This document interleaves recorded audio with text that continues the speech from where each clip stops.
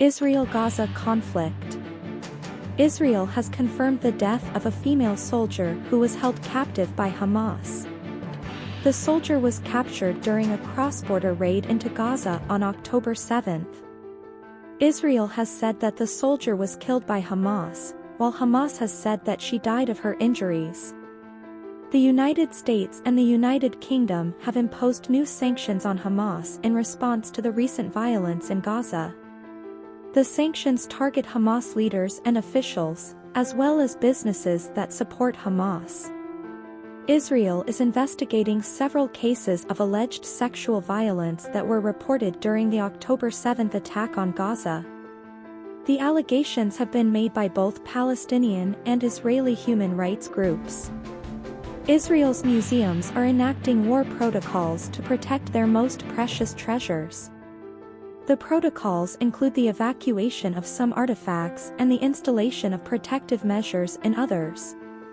Global emissions to fall only 2% by 2030.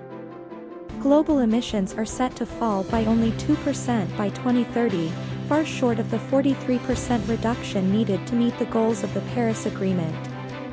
This is according to a new report from the United Nations. The report says that the world is on a dangerous path to climate change.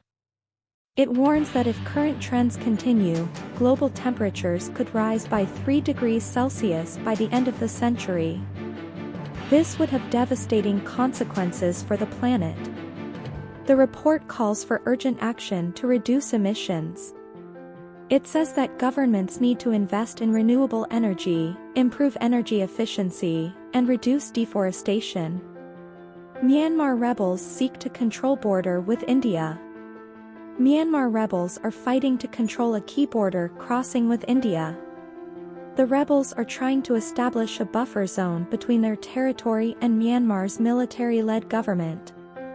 The fighting has displaced thousands of people and raised fears of a wider conflict.